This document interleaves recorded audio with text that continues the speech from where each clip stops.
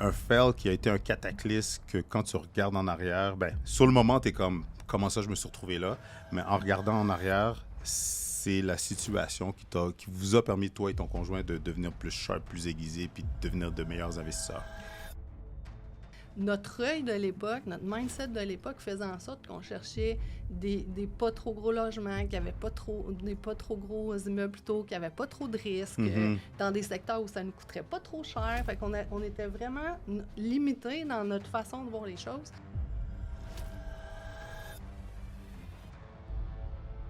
Pourquoi pas trouver autour de nous des gens qui réussissent ce qu'on veut réussir? 100%. Il y a beaucoup de monde qui ont encore la mauvaise perception de Saint-Jérôme. Qu'est-ce que tu aurais à dire à ces gens-là, vu que toi, tu as bâti un parc à Saint-Jérôme? Tout. Puis à Saint-Jérôme, il y a vraiment des bonnes affaires à faire. Une fois par mois, systématiquement, on faisait une rencontre à quatre, puis on faisait le tour de tous nos immeubles. Il y a ça, il y a ça, il y a ça, il y a ça. Acquisition, il y a ça. Puis c'est quoi notre projet? Tu sais, qu'est-ce qu'on veut faire dans la prochaine année? Le marché de l'immobilier au Québec est en pleine explosion. Beaucoup d'opportunités pour les acheteurs de première maison et d'immeubles à revenus. Avec la méthode Salador, je vais vous outiller pour faire la meilleure transaction.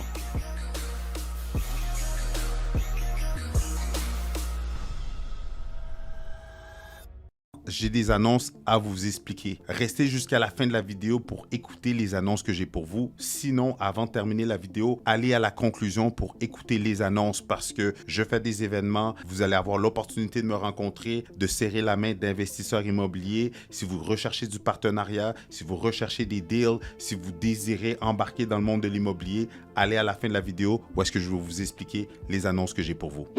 Et Stéphanie, un gros merci. Ça fait plaisir. Je te connaissais pas. Puis c'est justement quand j'ai rencontré Isabelle, je lui ai demandé, tu sais, t'aurais-tu des femmes? Parce que justement sur ma chaîne YouTube, j'ai beaucoup d'hommes. Mais je lui ai demandé, t'as-tu des femmes que tu pourrais me référer qui sont en affaires, qui cartonnent dans leur business, qui sont dans l'immobilier aussi, qui auraient une belle histoire à raconter? Puis tu es une des personnes qu'elle m'a référée. Ah ben merci beaucoup, Jésabelle. Yes! Fait que là, pour commencer, ben rapidement, pour les gens qui ne connaissent pas, c'est quoi ton background rapidement? C'est quoi ton background? Qu'est-ce que tu fais présentement? Puis comment tu aides les gens?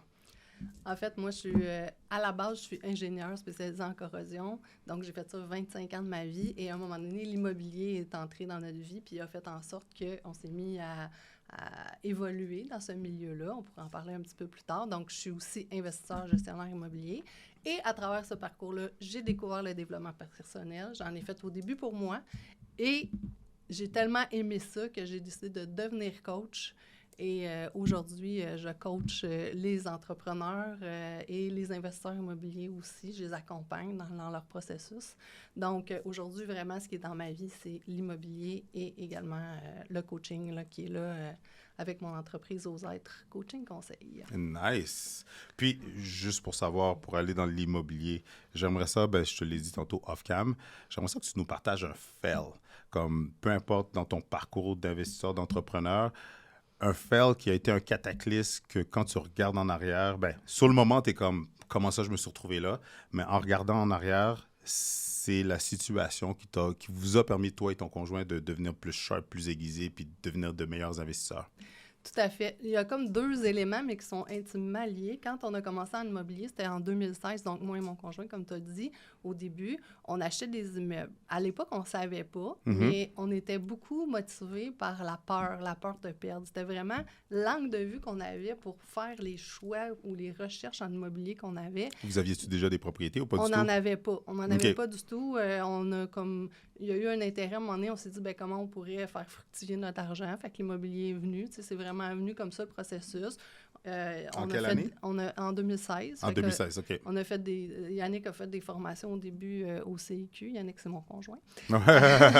Et là, doucement, on faisait des offres. Mais vraiment, notre œil de l'époque, notre mindset de l'époque faisait en sorte qu'on cherchait des pas trop gros logements, des pas trop gros immeubles plutôt, qui n'avaient pas trop de risques, dans des secteurs où ça ne nous coûterait pas trop cher. Fait qu'on on était vraiment limité dans notre façon de voir les choses. Puis, ça faisait en sorte qu'on cherchait tout le temps un type d'immobilier comme si le reste n'était pas possible pour nous. Donc, OK. on était vraiment dans ce processus-là. Puis, avec les années, à force d'avoir des gens autour de nous, on se disait, mais on sait comment faire. Comment se fait que nous, on décolle pas dans ce milieu-là? Comment ils font les autres? On comprenait pas trop jusqu'à ce qu'on réalise que c'était un peu notre mindset qui était l'enjeu de la chose. Fait qu'on s'est mis à faire du développement personnel à ce moment-là qui, doucement, a amené des changements. Au début, par exemple, il y en a qui disaient on devrait peut-être acheter un 12 au lieu d'acheter un... Parce que les premiers immeubles, c'était un 5 puis un 7 qu'on a acheté. Fait qu'ils disaient on devrait peut-être acheter un 12. Là, déjà, il y avait comme un malaise. Puis même la première fois qu'on est passé au notaire, on a payé notre immeuble 135 000 fait un 7 logements. Donc, vous comprenez que c'était pas... Mais pour nous, on avait la peur au ventre. On avait peur, là. On était vraiment dans la peur. Et si on se trompe? Et si... parce que j'ai pas dit aussi, on a 4 filles, là, à travers ça. Et si nos enfants mangent plus parce qu'on investit puis on s'est trompé puis il arrive quelque chose? Fait qu'on voyait toutes les catastrophes possibles. Fait que c'était vraiment un processus qui était super lourd pour nous au début. Mais quand on s'est mis à faire du développement personnel, c'est comme si tout ça s'est comme calmé dans le sens où on s'est mis à dire... Tu sais, un gros immeuble par rapport à un plus petit immeuble, c'est les chiffres qui changent, mais ils changent partout. Les dépenses augmentent, mais les revenus augmentent aussi. Fait qu'il faut juste que ça fasse du sens. C'est pas le chiffre qui est important au bout du compte, c'est le total. Est-ce que ça fait du sens? Est-ce que c'est rentable? Est-ce que ça nous permet de faire un step-up? Oui, OK. Fait qu'on a vraiment changé notre façon d'approcher les choses. Mais là, je dis ça, mais ça a été un processus sur plusieurs années. Là, parce que, on a commencé vers 2016, 2017, on a acheté un autre 4 logements. OK. Puis en 2018, là, on s'est mis... Ce changement-là est arrivé, puis là, on s'est mis à faire des offres sur des plus gros. Tu sais, un 12, un 50, un 60, un 100. Mais encore, on avait un petit peu cette peur-là, mais on avançait, mais on s'auto-sabotait tout le temps. On se rendait jamais au bout des projets parce que, en quelque part, notre système, là, il nous freinait, il nous donnait toutes sortes de bonnes raisons de ne pas aller au bout des projets, puis ça faisait en sorte qu'on ne se rendait pas. Puis les personnes qui nous entouraient à l'époque, c'était parfait, mais en même temps, c'était comme, on dirait qu'on avait besoin encore d'un step-up. Puis à un moment donné, on s'est dit, pourquoi pas trouver autour de nous des gens qui réussissent ce qu'on veut réussir? 100%. Fait qu'on s'est mis à regarder, puis nous, on investit en Saint-Jérôme seulement, à part certaines exceptions, mais mettons 99% maintenant. À l'époque, dans notre mindset, on avait investi à Sorel, on demeure à Saint-Jérôme, les premiers immeubles. L'autre bout du monde pour vous, là. Oui, c'est ça, on aurait pu devenir des vendeurs très motivés, là. Puis après ça, notre troisième, on l'a acheté à Saint-Adèle, fait que là, on s'est rapprochés, mais maintenant, là, on achète juste à Saint-Jérôme, on a revendu ces immeubles-là depuis. Mais bref, on s'est dit, mais c'est ça, qui fait ce qu'on voudrait faire? Puis là, on s'est rendu compte qu'il y avait tout le temps quelqu'un... Tu sais, nous, j'ai dit, on se rendait pas au bout du processus. Eux, ils se rendaient au bout du processus. Ils finalisaient. Fait qu'on s'est dit, OK, ces personnes-là, ça serait super intéressant. Fait que là, on se connaissait, mais pas plus que ça, des connaissances. Là, on est allé souper au restaurant, on s'est rendu compte qu'on avait des valeurs en commun, une vision en commun, puis tout ça. Fait que nous, on s'est dit, OK, là, le prochain projet, on le mène au bout, puis on leur propose d'être partenaires avec nous. That's it. Fait que là, on a trouvé le projet, on leur a proposé d'être partenaires avec nous. On s'est dit que c'est pas juste ce qu'ils font, c'est comment ils voient les choses, comment ils perçoivent les choses, qu'est-ce que nous, eux voient qu'on voit pas, qu'est-ce qu'ils disent aux personnes qu'on dit pas. Tu sais, qu'est-ce qui fait qu'il y a le petit extra que nous, on n'a pas. Fait qu'on va apprendre d'eux, puis après ça, on va pouvoir faire un step de plus. Fait que ça a commencé comme ça. Ils ont dit oui. On a fait un partenariat hybride, c'est-à-dire qu'eux et nous, on est passifs, puis on a trouvé actifs, et on a trouvé des partenaires passifs pour le projet. Et là, ça a commencé comme ça. C'était combien de portes? C'était un 24 portes, celui-là. OK. Et ça a tellement bien été qu'on s'est assis, puis qu'on s'est dit, cette année, on achète 100 portes ensemble. OK. Là, on est en quelle année, là? On est en deux... En fait, on a commencé le processus fin 2018 avec eux. On a notarié en février 2019. Fait que là, 2019. Et à cette époque-là, on avait encore, nous, nos entreprises en corrosion, en parallèle, parce qu'on est spécialisé en corrosion. Mais moi, j'avais fait le choix, j'avais été prise chez Énergir à l'époque. Là. J'avais fait le choix d'aller là parce que je suis une ingénieure spécialisée, j'avais des super bonnes conditions, un super bon salaire. Puis ce qu'on voulait pas, c'est impacter notre famille. C'est ça, vous vouliez la sécurité. Oui, exactement. Puis dans cette peur-là de perdre, donc moi, j'avais nos entreprises en corrosion, les 4 filles, je travaillais à temps plein pour Énergir, puis on faisait de l'immobilier à l'époque. Hey boy. Puis là, chaque matin, je me levais, j'allais travailler, puis là, eux, ils faisaient de la prospection, ils allaient voir. Puis moi, j'avais tout le temps l'impression de ne pas être là où j'avais envie d'être. Je comprends. Matin après matin, après matin, après matin, après matin. Il y a des matins, là, je sais pas, ça allait pas bien. Puis il y a un matin, je me réveille le matin, je pleure. Mais sérieusement, moi, je suis quelqu'un de super cartésien, là. OK. Tu sais, je suis quelqu'un quand même d'émotif, mais ça faisait des années que j'avais pas pleuré, là, parce que j'avais pas le temps. J'avais trop de choses à faire. J'étais vraiment dans... Puis je suis quelqu'un en mode solution. Fait que, tu sais, il y a un problème, on trouve une solution. Tu sais, je suis quelqu'un qui s'apitoie pas sur son sort. Mais à cette période-là, la façon que je voyais les choses, c'est si j'arrête de travailler, mes enfants arrêtent de manger. C'est sûr. C'était vraiment ça qui était ici. Donc, j'avais pas de possibilité à court terme d'arrêter de travailler. Là, l'idée, c'était de faire de l'immobilier pour amener des rendements pour que je puisse arrêter de travailler, mais puis vu qu'on mettait plus de temps dans notre immobilier, notre entreprise de corrosion, on mettait moins de temps, donc on avait moins de revenus. Tu sais, c'était l'œuf et la poule ou l'œuf. Oui. Mais reste qu'à court terme, ça faisait... Tu sais, on n'achetait pas du pain et du beurre avec l'argent qu'on faisait en immobilier. On était en train d'investir pour le futur. Là. On était c'est de l'argent qui sort, c'est pas de l'argent qui rentre. Exact. Puis ce qu'on avait, on le réinvestissait tu sais, dans ce qu'on faisait. Fait que là, je me sentais pris, moi, là-dedans. Mais en même temps, j'avais pas de solution. Je voyais pas de solution, même si j'étais quelqu'un, j'avais comme la face sur l'arbre, là, je voyais plus la forêt. Puis là, je continuais. Puis il faut dire que cet emploi-là, chez Énergir, on avait prévu que je le fasse 5 ans, mais parce qu'on a commencé à faire de l'immobilier, puis notre entreprise de corrosion n'a pas monté comme on aurait voulu parce qu'on a mis moins de temps, ben ça faisait 10 que j'étais là. Oh wow, le temps passait vite, Puis là, je voyais pas de moment où ça allait finir, cette affaire-là. Puis chaque matin, je me levais, puis un matin, je me lève, comme je dis, en pleurs.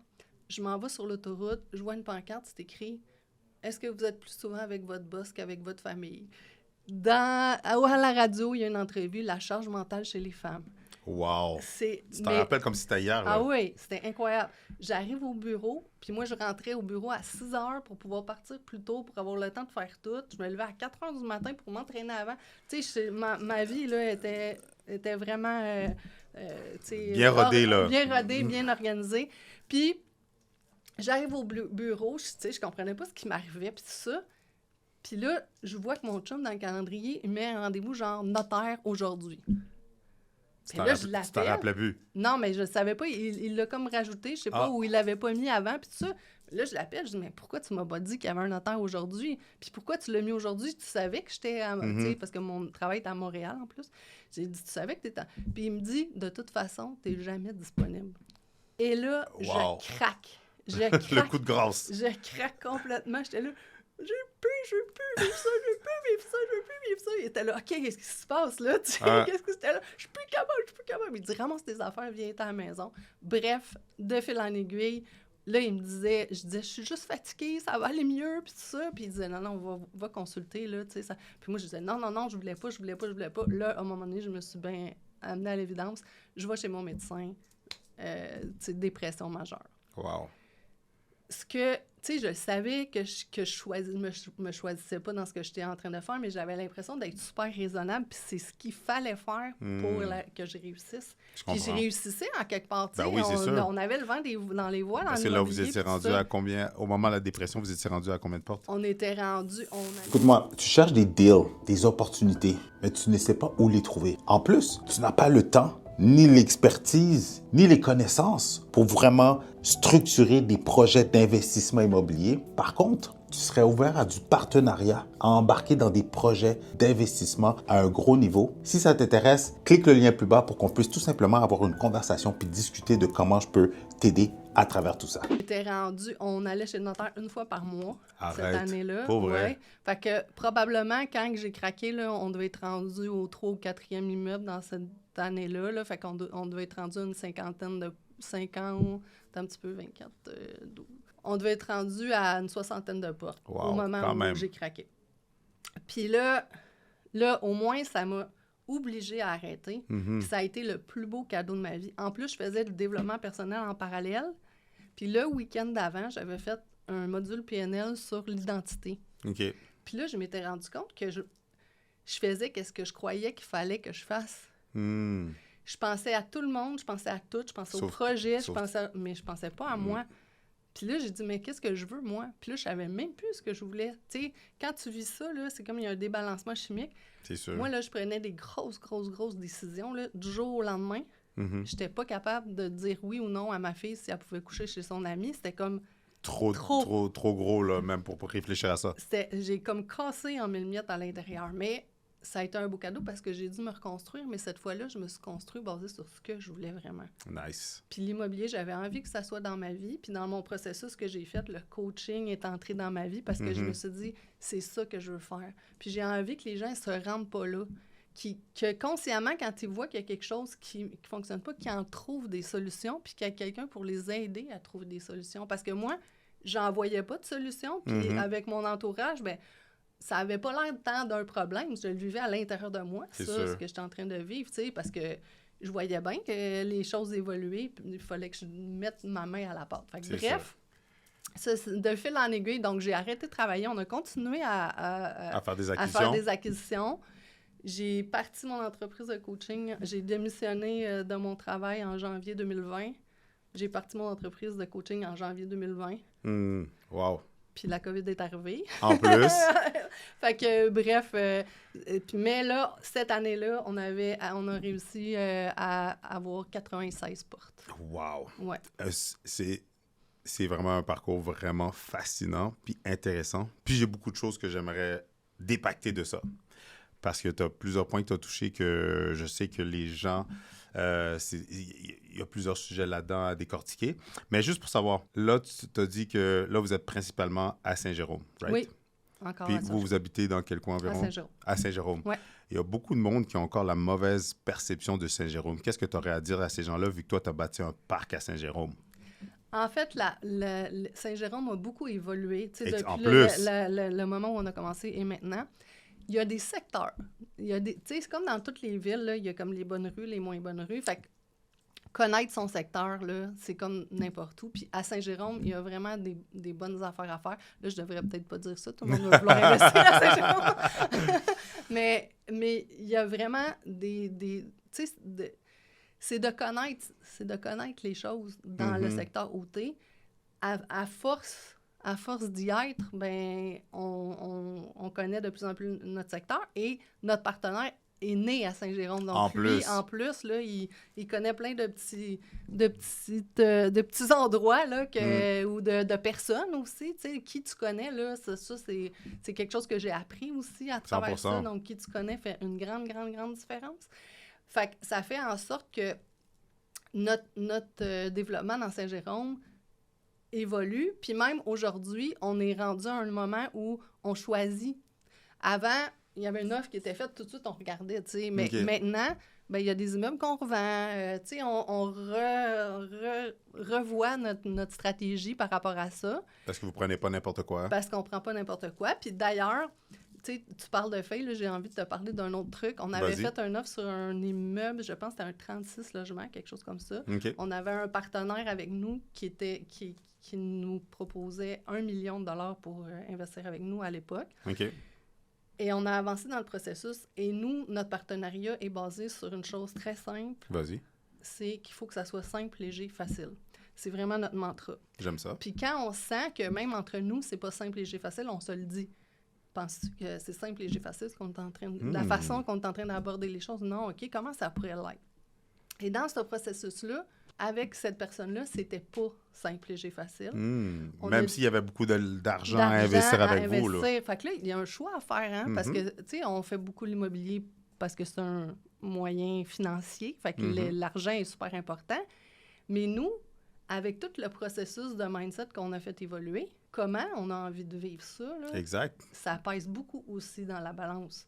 De plus en plus, d'ailleurs. Alors, à un moment donné, on s'est assis, on a dit, est-ce que c'est simple, léger, facile, ce projet-là? Non? OK. On se retire du projet. On s'est retiré du projet. Ça aurait pu être financièrement un excellent projet. 100%. Mais il y avait quelque chose qu'on sentait que c'était pas fluide. Puis on était dans un processus où c'était même pas qu'on il n'y avait pas de problématique majeure. Fait que c'est pas un fail en tant que tel, mais c'est un choix qu'on a fait qui était un peu déchirant, hein, parce que 100%. c'est pas évident, mais en même temps, on regrette tellement pas d'avoir fait ce choix-là, parce que ça a fait en sorte, ça nous a permis de savoir encore plus ce qu'on veut.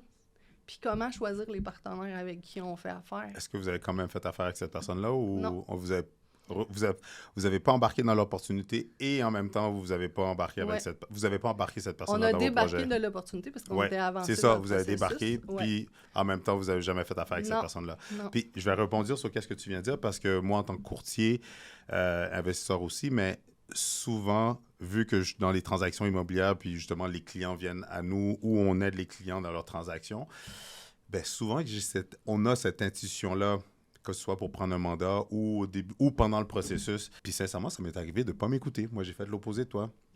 Mais j'avais une petite voix à l'intérieur de moi qui me disait « Ah, il y a quelque chose qui est off. Soit on s'obstine, soit on ne s'entend pas, soit l'énergie, il y a quelque chose qui est off. » Et je te le jure, toutes les fois que je ne me suis pas écouté, ça l'a toujours terminé en queue de poisson. Fait que, écouter son intuition, là, ça fait toute la différence. Puis des fois, ce qui est difficile, c'est quand on est une personne cartésienne. Puis moi, je sais parce que, tu sais, je vis dans ce processus-là d'être une personne cartésienne, mais de faire de plus en plus confiance au processus, confiance à l'intuition, OK? C'est difficile d'expliquer qu'est-ce qui se passe quand on a ce feeling-là. On n'est pas capable de dire... C'est pas rationnel. On n'est pas capable de nécessairement d'être factuel puis de dire c'est pour ça, c'est pour ça, c'est pour ça. Donc, quand on est cartésien, on a tendance à dire ben là, j'ai pas de preuves, j'ai pas de faits, c'est juste je le file, tu sais. Fait que oui ou non, mais à un moment donné, c'est vrai que s'appuyer sur notre feeling, moi j'ai appris ça là. Des fois, dans certaines choses là, je sais pas pourquoi c'est non ou c'est oui. Puis des fois, j'ai même pas vu rien, mais je sais que c'est non ou c'est oui par comment je me sens avec les personnes. Bon, tout à fait. Après ça, il faut valider, il ne faut pas faire n'importe quoi, mais je veux dire, écouter ça, se choisir dans ce qu'on sent qu'il faut qu'on fasse ou qu'on fasse pas. Exact. À quoi on doit dire oui ou non, c'est tellement, tellement, tellement important. Puis quand on se met à faire ça dans notre vie, ça change une vie. Parce que là, on se retrouve toujours dans des situations où on a envie d'être. En relation avec des gens qu'on a envie d'être. Donc, la vie est beaucoup plus agréable. 100%. Tout à fait. Mais là, juste pour terminer avec Saint-Jérôme, parce que je sais que tu aurais sûrement des pépites d'or à nous partager, mais parce que ça rejoint un petit peu les gens lorsqu'ils doivent choisir un secteur. Oui. En plus, en quelle année tu as commencé à investir, que vous avez commencé à... 2019. En 2019 à Saint-Jérôme. Oui. Parce que, comme tu l'as mentionné, Saint-Jérôme, c'était pas le Saint-Jérôme d'aujourd'hui. Tu sais, puis tous les secteurs, comme tu l'as dit, ils ont leur coin de rue, le quadrilatère qui est problématique, mais puis souvent, c'est tout le quartier au complet, la ville au complet qui prend la mauvaise réputation. Oui. Ben, tu sais, on s'entend, Saint-Jérôme, c'est quand même une très grosse ville, il y a le train de banlieue, il y a un cégep, il y a des bonnes écoles, comme il y a des mauvaises écoles aussi, comme il y a des mauvais quartiers, comme il y a des super beaux quartiers avec des maisons vraiment incroyables. Oui. En plus, tu sais, tu as les vieux secteurs, les plus récents, tout ça. Mais qu'est-ce qui a fait que vous êtes retourné vers Saint-Jérôme? Pour les gens quand ils doivent choisir un secteur, qu'est-ce qui a fait que vous vous êtes dit, ben, tu sais quoi, pourquoi on n'irait pas dans ce coin-là? En fait, c'est que les premiers immeubles qu'on a achetés, comme j'ai dit, on les a achetés loin de la maison. Puis là, on a comme compris le concept d'acheter à proximité de chez vous quand on l'a vécu. Et également, notre partenaire a cette vision-là de se faciliter la vie. OK. Puis il a dit, moi, je veux que mes immeubles ils soient à 500 mètres de où j'habite. C'est game changer, là. OK? Donc, lui, c'était ça. Fait que lui, il achetait tout ça. Il y avait comme un périmètre, là. Puis c'était ça. Donc, naturellement, nous, on demeurait à Saint-Jérôme. Eux aussi demeuraient à Saint-Jérôme. Donc, Saint-Jérôme est comme venu de soi. C'est pas on n'a pas regardé, mettons, des secteurs puis on a choisi un secteur. On est plus allé avec la qualité de vie. C'est ça qui a motivé. Donc, moi, je pense que dans n'importe quel secteur, comment tu peux changer ta perception des choses, ta vision des choses, comment tu peux développer tes connaissances pour en tirer le parti au maximum. Tu sais, c'est vraiment ça. Puis, tu sais, le gazon est toujours plus vert chez le voisin, mais il est vert chez vous, mais il faut juste que tu reconnaisses ce qui est vert. 100% d'accord. Il y a même une expression, l'autre fois dans un podcast, j'avais entendu que Oui, le gazon est plus vert. Il a l'air plus vert chez le voisin, mais tu sais pas à quelle quantité qu'ils l'ont fertilisé ou something like that. Ouais. Fait que, ou que c'est un gazon synthétique, next thing you know. Mais, puis qu'est-ce que tu dirais de ton expérience d'avoir investi loin? Parce que tu le sais comme moi, c'est quand même, encore aujourd'hui, il y a du monde qui vont loin des fois parce qu'ils n'ont pas le choix, ou des fois aussi parce qu'ils ne s'écoutent pas, parce qu'ils entendent que, il faut aller à Trois-Rivières, ou tu vas dans tel secteur, tu vas avoir un cash flow positif, ça va être plus facile. Mais il y a une réalité qui vient derrière ça aussi, là, parce que la gestion, les travaux, trouver les contracteurs, trouver les bons corps de métier dans un secteur que tu connais personne, que tu n'as aucun réseau, ou peut-être même, oui, tu en as un que ça s'est bien passé, mais là, d'en acheter un deuxième dans un coin que, tu sais, une tempête de neige, puis ça te prend déjà 1h30 sans tempête de neige. Imagine quand tu es en plein hiver, puis tu as des urgences. Ce serait quoi que tu aurais à dire pour ça? T'apprends. Effectivement. T'apprends. Puis nous, parce qu'on voulait acheter un immeuble qui coûtait pas cher, puis etc. Ah, c'est pour ça que vous êtes allé loin? On est allé, puis mon conjoint, il est né dans cette région-là, fait qu'il y avait une impression de sécurité, tu sais, de dire, OK, je connais la game, tout ça. Par contre, le type de locataires qu'on avait, c'était des locataires qui n'avaient même pas de compte bancaire, là. Fait qu'ils recevaient, il fallait aller avec eux au dépanneur, changer de chèque. Et là, et puis imagine... faire la route pour vous rendre, pour aller faire ça, là. Tu vas faire ça, puis là, il n'est pas là. Il faut revient demain. Puis là, des fois, là, récolter nos loyers... on avait presque tout de cash. Récolter nos loyers, ça nous prenait comme une semaine. Fait qu'on a appris à la dure. Tu sais, aujourd'hui, là, on a tout un système de prélèvement préautorisé. On fait ça. Je collecte les loyers derrière mon ordi en quelques minutes ou heures, là, tout dépendant de ce qu'il a réalisé ces mois-là, mais c'est très rapide par rapport au nombre de locataires qu'on a aujourd'hui, contrairement à c'était quelques jours avant là, pour pouvoir récolter. Fait qu'on a appris le TAL, on a appris à gérer des locataires. Donc, on l'a appris à la dure, mais on a appris, ce qui fait que quand tu vis quelque chose de difficile, après, le reste te paraît plus simple, 100%. te paraît plus facile, parce que tu as comme un comparable plus extrême, si on veut. Donc, quand tu as des bons locataires ou que tu as des bonnes relations avec tes locataires... C'est à proximité. Puis que c'est à proximité, puis que, etc., bien, on dirait que tout devient plus simple. Puis ça, tu sais, les situations ne changent pas, c'est la perception de la situation qui change. Bien dit, ça. Fait que c'est vraiment un apprentissage. Fait que ça ne veut pas dire de ne pas faire ça, parce que ce que ça nous a permis de faire ça, c'est d'acquérir nos premiers immeubles. Aussi, de grandir, de devenir plus sharp. Puis, comme tu l'as dit, vous avez appris à la dure, mais c'est ça qui vous a permis d'accélérer le processus par la suite, parce que ça a été juste plus simple. Puis financièrement, aussi. C'est ça qui était accessible pour nous par rapport à ce qu'on pensait qu'on 100%. pouvait atteindre.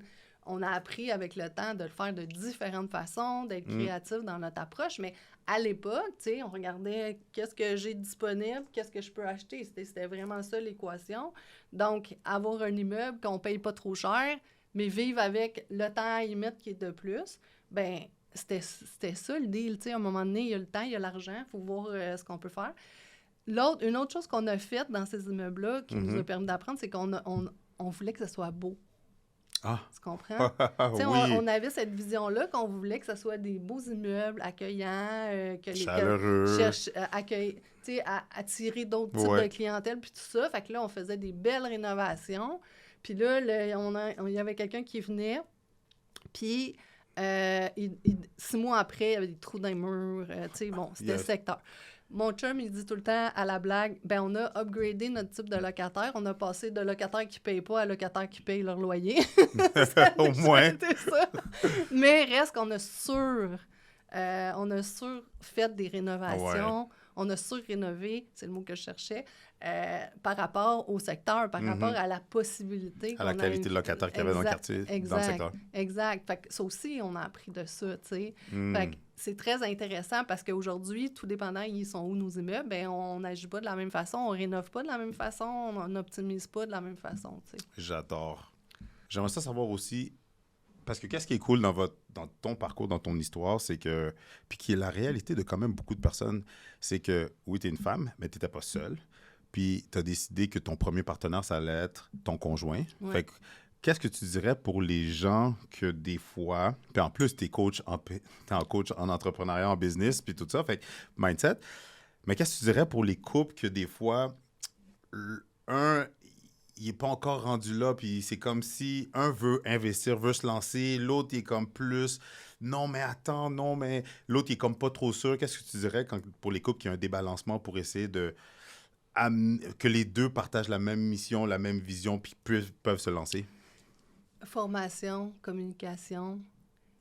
Je pense que, tu sais, nous, on travaille ensemble depuis notre première entreprise, on avait 23 ans. Ah, c'est ça, vous avez déjà entreprise aussi. On avait déjà travaillé ensemble. Mais pourquoi on est encore ensemble après presque 30 ans? Mm-hmm. C'est que on se parle, puis on est, tu sais, tu l'as pas rencontré, mais on a des personnalités hyper différentes. Nos intérêts sont hyper différents, mais on a appris à se compléter au lieu de se fighter dans ce qu'on faisait. Puis on a appris aussi, même dans notre partenariat, parce que c'est une forme de partenariat avec nos conjoints, partenariat avec nos partenaires, tu sais, tout ça, mais à se respecter dans nos différences, puis là, à pas gosser sur « j'ai mis 1 heure, t'as pas mis 1 heure, j'ai mis 1 pièce, t'as pas mis 1 pièce ». Est-ce que c'est gagnant-gagnant? Globalement, oui. Est-ce qu'on avance dans notre processus? Oui. Tu sais, on a vraiment appris ça, mais de communiquer, puis communiquer, ça veut pas dire juste dire qu'est-ce que j'ai à dire, ça veut dire écouter pour vrai. Écouter les besoins de l'autre. Puis écouter la vision, la perception de l'autre, parce qu'on a toutes des perceptions différentes des situations. Fait que l'écouter, la comprendre, pas obligé d'y adhérer. Moi, j'ai une phrase que j'adore, c'est une opinion intéressante. Non, c'est vrai. Mais moi, j'ai une opinion intéressante. Toi, tu as une opinion intéressante. L'autre, personne n'a raison, personne n'a tort. Au bout du compte, il n'y a pas une vérité. Il y a notre propre vérité. Mais comment faire en sorte que ça devienne complémentaire au lieu d'être un contre l'autre. Ouais. Et moi, je peux comprendre quand il y en a un qui commence, c'est des gros investissements. Quand tu as l'habitude que tu as tapé à chaque semaine, que tu tout d'un coup, c'est des gros chiffres, là. Puis des gros chiffres, ça fait peur parce que ça... Tu sais, ton système, c'est l'inconnu pour lui. Puis là, si on se trompe, si on fait pas la bonne affaire, tu connais rien là-dedans. Nous, quand on a commencé, on se faisait beaucoup dire ça, là, par notre entourage, là. Voyons, es-tu sûr de ce que tu fais, tu sais? On a vu tellement d'histoires d'horreur de monde qui se sont plantés. Tu sais, t'as pas peur de, tu sais. La peur qu'on avait, bien, était alimentée. Donc, je peux comprendre. Fait que la façon de défaire ça, parce que les peurs, c'est des croyances. Hein? Aussi. 80, je dis un chiffre, là, c'est pas prouvé par une source scientifique, mais une grosse partie de nos peurs, c'est des choses qu'on anticipe qui arriveront jamais, qui se passent juste entre nos deux oreilles. Il y en a il y a des trucs qu'on a raison d'avoir peur, mais la majorité, fait que c'est une croyance. On croit qu'il va arriver ça. Donc, comment défaire ces croyances-là pour changer notre perception des situations? Donc, moi, je dis, quand il y a ça, s'il y a vraiment un intérêt commun des deux personnes, bien que la personne, même si elle ne veut pas se développer en immobilier, qu'elle aille se former pour comprendre tout le potentiel qu'il y a derrière ça, comprendre qu'est-ce que ça veut dire les chiffres, pour arrêter d'en avoir peur des chiffres. 100% d'accord. Puis de communiquer, on va faire ça, on va faire ça, on va faire ça. Mais d'ailleurs, dans nos partenaires maintenant, une des règles, c'est qu'il faut qu'ils soient formés, qu'ils comprennent c'est quoi le marché. Ils ne sont pas obligés d'être des professionnels dans le domaine, mais qui comprennent que c'est pas parce que les taux d'intérêt changent que c'est la fin du monde. On peut adapter les choses, qui comprennent les moves qui sont faits, qui comprennent que quand tu investis aujourd'hui, c'est parce que tu multiplies les actifs que ça va faire, mais qu'il y ait du temps entre les deux, qu'il n'y ait pas peur, qu'il y ait la confiance qu'il va y avoir cette évolution-là des choses. De comprendre qu'est-ce qui se passe, ça calme le système. Fait que moi, c'est ce que je recommanderais à ces couples-là. Nous, il y a une chose dans notre évolution aussi de couple, là, à travers tout ce qu'on a fait, c'est qu'à un moment donné dans notre vie, il y a beaucoup de séparations qui avaient lieu autour de nous. Puis là, on se disait, mais voyons, qu'est-ce qui se passe? Même des couples que... Jamais vous auriez pensé. Oui, exact. On se disait, ben oui, on me semble que ça avait l'air de bien aller. Puis, ce qu'on s'est rendu compte, le point commun de tout le monde, c'est que les champs d'intérêt se sont divisés, puis les chemins se sont séparés. C'est tellement vrai. Fait que là, nous, on s'est dit, surtout quand on s'est mis à avoir des enfants, on s'est dit, là, c'est un vrai engagement de parents. Qu'est-ce qu'on pourrait faire pour minimiser l'effet que ça arrive? Parce que ça peut arriver, puis il y en a qui sont beaucoup plus heureux séparés qu'ensemble. Mais reste que nous, c'est pas ça qu'on avait envie. Fait qu'est-ce qu'on pourrait faire? On s'est dit, on va s'intéresser à ce que l'autre s'intéresse. Ça a été comme... On s'est mis des règles de couple, là. J'aime ça. Donc, s'intéresser à ce que... Donc, c'est la raison pour laquelle Yannick a commencé à faire une formation immobilier. Là, je suis allée voir... Tu sais, j'ai lu le livre de Jacques Lépine, Là, on est allé avec le Club des investisseurs à une semaine des millionnaires. Tu sais, j'ai commencé doucement. Là, je me suis mis à aller dans les réseautages. Moi aussi, j'ai fait la formation. Tu sais, c'est un processus, là, c'est pas du jour au lendemain. Malgré que lui l'avait déjà Malgré fait. que lui l'avait déjà puis pas fait. dépendre de lui l'a fait, puis toi, tu n'as pas toutes ces connaissances-là, tu es allé le faire pareil. Même lui, au début, il me disait, ben, tu sais, j'ai le livre, là, t'as juste à lire le livre. C'est ça, là. exact. Okay. Moi, j'aurais dit la même chose. C'est ça. Comme j'ai les formations, j'ai accès. Mais moi, là, mon œil et mon oreille, là, ils retiennent pas les mêmes informations que lui. Ça, c'est vrai. Ça, c'est vrai. Fait que j'allais là-bas, puis vraiment, c'est ça qu'il m'a dit au début. Puis moi, je suis allée là-bas, puis là, je revenais le soir, puis je disais, hey, tu sais pas quoi, aujourd'hui, on a appris tel truc, et là, arrête, là, j'avais pas ça dans ma formation. Là, il revenait, il allait voir dans son livre, il l'avait, mais lui, OK, parmi les milliers d'informations qu'on reçoit, là, 100%. Notre cerveau, là, ben, il va chercher les informations qui sont importantes pour nous à retenir. Donc, on voit pas même si c'est la même personne qui dit les mêmes choses, on retient pas les mêmes choses. 100%. On voit pas les mêmes choses non-verbalement, on file pas les mêmes choses parce qu'on a des personnes différentes avec une expérience de vie différente, avec une façon d'aborder les choses différentes. Fait que ça a fait que ça a été super complémentaire. Puis moi, j'ai amené des trucs que lui, il n'avait pas vus. Puis finalement, il dit, ouais, c'est une bonne idée, tu sais, que tu sois allé faire le cours. Puis notre intérêt accrochait pas sur les mêmes affaires. Tu sais, moi, je me suis mis à dire, les chalets locatifs, là, j'ai vraiment le goût d'aller vers ça. Lui, il était comme, les multis, ça va bien, tu sais. Exact. Mais finalement, on a fait quand même l'expérience du chalet locatif. Là. Je pourrais y revenir. Ouais. Mais reste que ça a comme développé cette envie-là pour moi d'aller plus loin dans ça, alors que lui, ça change rien. Ni chaud ni froid. L'info avait rentré, l'info avait sorti.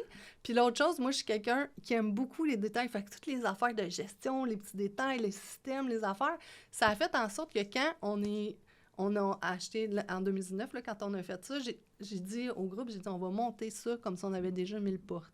Nice. Comme ça, quand on va avoir des nouvelles portes, ça va être comme facile. On va avoir un processus, on va avoir un système. C'est sûr que mon cerveau, il est fait en processus un peu. C'était comme facile pour moi. Mais aussi, j'ai envie de te dire, dans tout ça, c'est de se positionner dans ce qu'on réalise dans l'endroit où on est dans notre zone de génie. 100% d'accord. Fait que là, on a monté ça tellement qu'à un moment donné, on achetait un immeuble dans la même journée. Le matin, on passait chez le notaire. L'après-midi, tous les locataires étaient rencontrés. Puis toute l'information, le soir, était rentrée dans le système. Boom. Une journée, paf, c'était fait. Comme si on avait acheté un sac de chips quasiment. Wow. J'exagère. Non, mais parce que le système et les protocoles étaient déjà en place.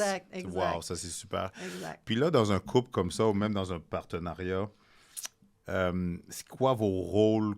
Tu sais, tu savais-tu déjà ta zone de génie à cause de à cause des anciennes business que vous aviez, mais comment qu'on fait pour s'assurer qu'on se complète bien? C'est plus ça la question. Et juste en passant, si vous êtes quelqu'un qui recherche des opportunités, si vous désirez embarquer dans l'immobilier, si vous voulez faire votre première acquisition, investir, grossir votre parc immobilier, si vous êtes quelqu'un que vous avez des revenus, mais vous n'avez pas le temps ni l'expertise pour pouvoir structurer des projets, j'ai la solution pour vous. Cliquez le lien pour le bas pour qu'on puisse tout simplement avoir une consultation et qu'on regarde comment je peux vous aider à vous partir, à avoir de l'immobilier dans votre portfolio, à faire votre première acquisition, à grossir votre parc immobilier ou même aller chercher une vraie formation qui va vous permettre de scale dans le monde de l'immobilier. En fait, on s'est pas comme assis puis on a écrit sur un papier ça à faire, toi tu fais ça, toi tu fais ça. On n'est pas parti comme ça. On a comme juste parti. On s'est mis dans l'action, comme on a parti la chose. Puis là, c'est OK, là, au début, on faisait des rencontres vraiment régulièrement à 4, là, vraiment régulièrement. Puis là, OK, on est rendu là, il y a ça à faire. OK, moi, je le fais. T'sais, on faisait juste pick-up, là, fait que pas de structure au début. Pas de structure au début. Là, j'ai dit, OK, ben moi, je vais mettre une structure en place parce que je pense que c'est facile pour moi. OK, moi, je vais faire telle chose. OK, le banquier, je le connais, je vais y parler. Bon, là, c'est comme les choses se sont décantées. Puis, on a continué à se rencontrer après ça, quand mettons, l'année a été faite, en 2019, où on a acheté tous nos immeubles. Une fois par mois, systématiquement, on faisait une rencontre à 4 puis on faisait le tour de tous nos immeubles. Il y a ça. Acquisition, il y a ça. Puis c'est quoi notre projet? Tu sais, qu'est-ce qu'on veut faire dans la prochaine année? Puis naturellement, sans qu'on s'en rende compte, on a mis en place une espèce de façon de faire qui est une année, on acquiert les immeubles. Une année, on optimise qu'est-ce qu'on a acquis. Parce qu'on s'est rendu compte aussi en observant, parce qu'on était beaucoup dans un moment où on voulait être la meilleure version de nous-mêmes. D'ailleurs, on l'est encore, on a continué dans cette façon de voir les choses-là. Donc, qu'est-ce qu'ils font les autres? Tu sais, comme on observe les autres, qu'est-ce qu'on veut garder de ce qu'ils font? Qu'est-ce qu'on veut éviter de faire de ce qu'ils font?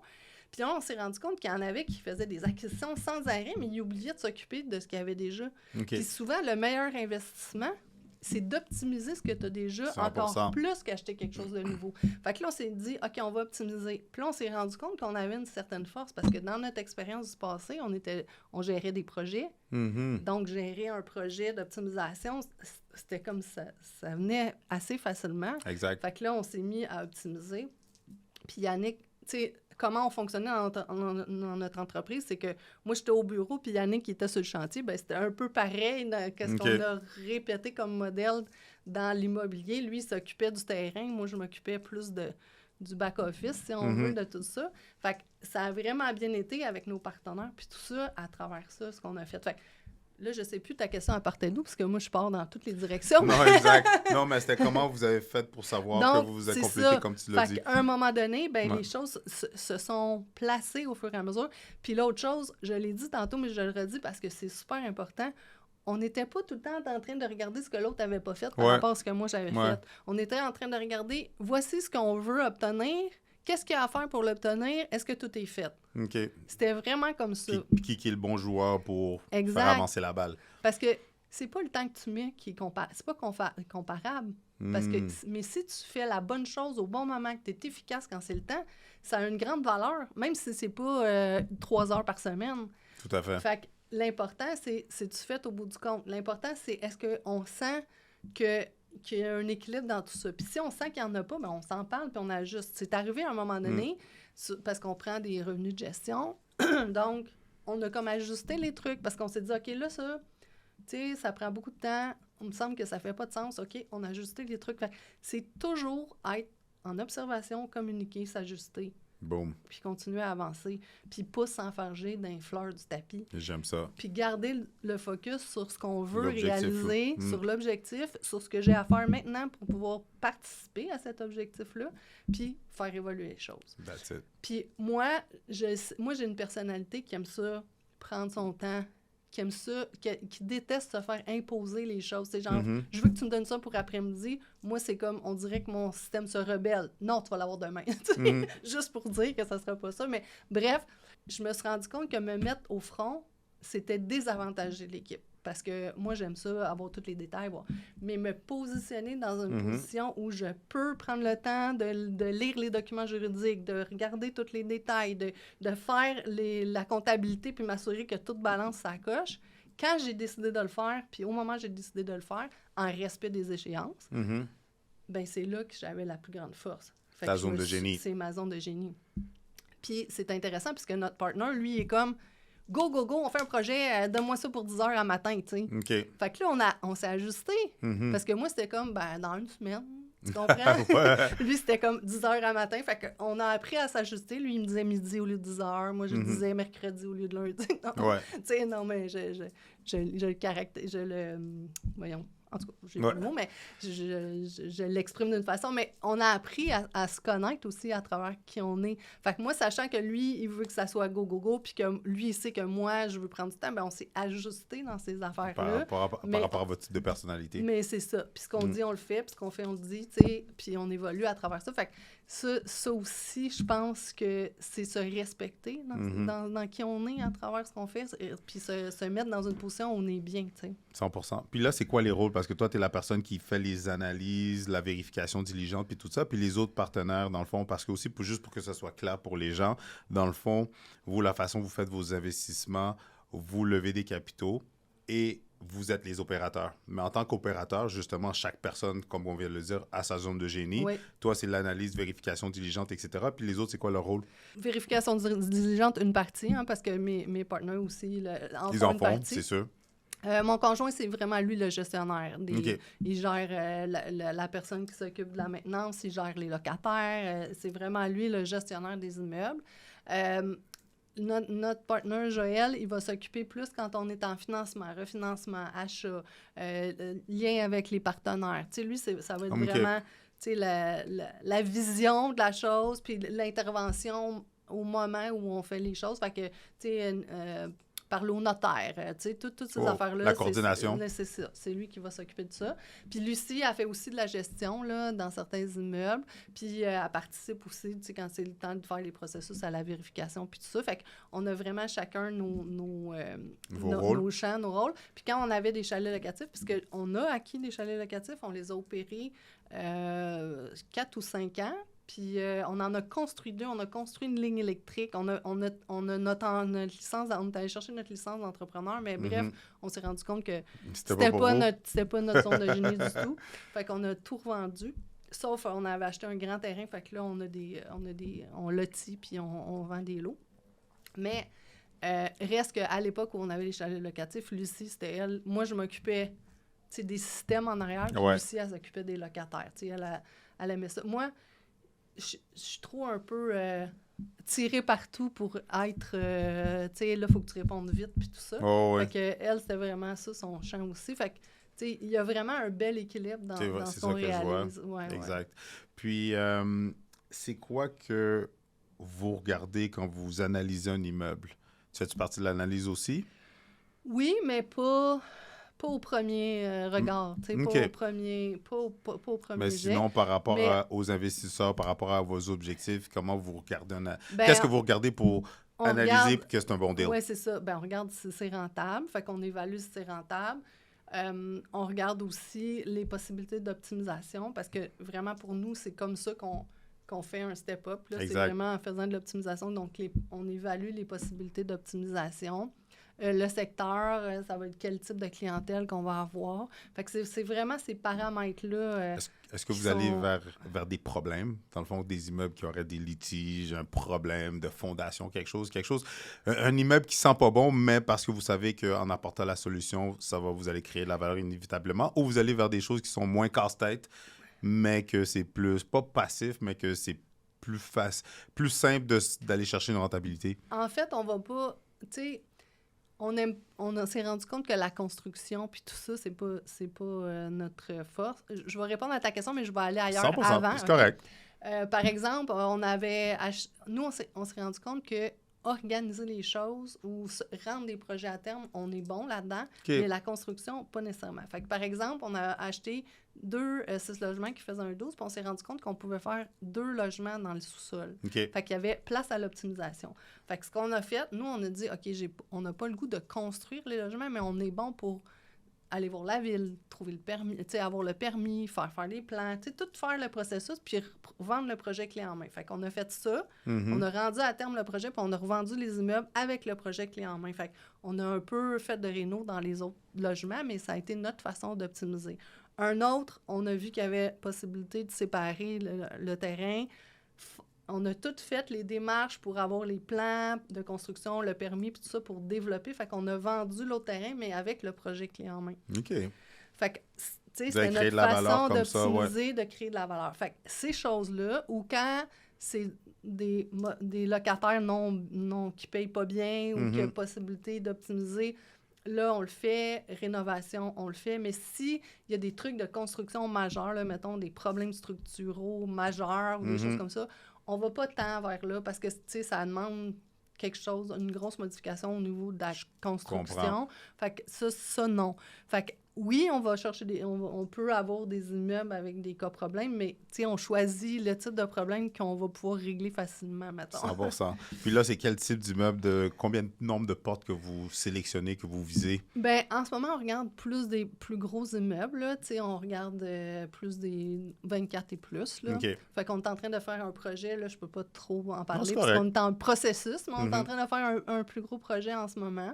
Ce qui est intéressant aussi dans notre parcours, c'est qu'à un moment donné, on a décidé d'optimiser en rachetant les immeubles de nos partenaires qui avaient de son côté, certains de ces immeubles qui avaient de son côté, en les rachetant avec le partenariat pour les optimiser et leur donner une deuxième vie, tu sais, d'optimisation.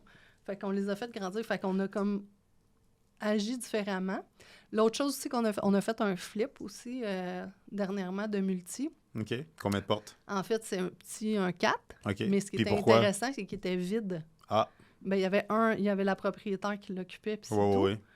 Fait que nous, on a pu faire une offre cash sans condition. Il y avait 14 offres, c'est nous qui avons rentré. Puis on l'a revendu 3-4 mois après. On a changé une ampoule dedans. On a juste rempli les logements. That's it. That's it. Même pas, même pas de coup de balai Rien. peinture. Rien. C'était clean ou C'était vous avez clean. besoin d'amour? Oui, c'était OK, c'est clean. pour ça. Fait que, tu sais, on va vers où est-ce qu'on sait qu'on va avoir une valeur ajoutée. Je comprends. Puis sans dans- trop de casse-tête, puis sans qui fit trop- avec votre modèle d'affaires aussi. Exact. Tu sais, on a un 24 qu'on a acheté, là. Je pense qu'on est rendu aux 3/4 qu'on a optimisé. Puis pour nous, c'est super important. Quand le locataire s'en va, c'est là qu'on fait la Je rénovation. Là, comprends. Avec le roulement naturel. oui, c'est ça. Mais il y avait, disons, des locataires à problème. Mhm. Fait que là, on s'est attaqué aux problèmes en C'est partant. sûr. Puis ça a fait qu'il y a beaucoup de logements qui ont fini par se vider d'un coup parce qu'il y avait comme un petit clic dans cet immeuble-là. Gang. Fait que là, on a pu optimiser plus qu'on avait prévu là, au Mhm. début du processus. Mais maintenant, c'est rendu quand même que, tu sais, on a vraiment amené un step-up à cet immeuble-là. On l'a vraiment optimisé d'une certaine façon. Puis là, on continue le processus. Puis c'est les années là, qui amènent la plus-value qui évolue tout le temps. 100%. Puis, donc, c'est vraiment... On a construit on a fait une fois la construction d'un logement supplémentaire. C'était une salle en bas, c'était une salle électrique avec Mhm. des vélos, des affaires. Puis là, on a dit, wow, on pourrait faire un logement là. C'est Là, on sûr. a construit. On l'a fait une fois, mais on n'avait plus le goût Mais- de le refaire après.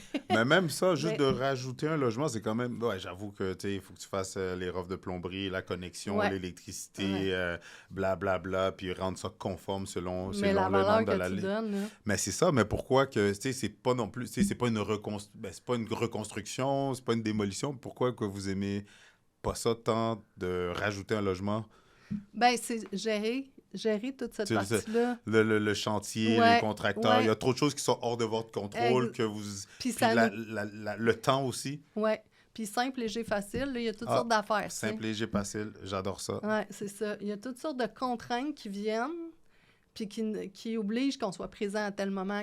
Donc là, le simple, léger, facile devient un peu bousculé, mettons. Je comprends. Fait que, on l'a fait l'expérience parce qu'on s'est dit, tu sais, il faut l'essayer. Ben On oui. peut pas deviner. Puis que vous ça- avez l'opportunité entre les mains. Exact. Fait que là, on l'a fait. Puis ce qui est intéressant, parce que ça, c'était un changement d'usage, hein, parce qu'on passait d'une salle qui n'était pas un appartement Ouais. à... Donc, lui, il devenait... On pouvait, pendant 5 ans, faire une augmentation pour En comme plus? si c'était un immeuble neuf, là, comme les Ouais. immeubles neufs. Fait que ça, c'était très intéressant, cette approche-là. Mais reste que avec le temps, on peaufine. Qu'est-ce qu'on veut, qu'est-ce qu'on veut plus, Ça, c'est qu'est-ce vrai. qu'on veut, qu'est-ce qu'on veut plus, Qu'est-ce qu'on aime veut, faire, veut qu'est-ce plus. qu'on aime moins.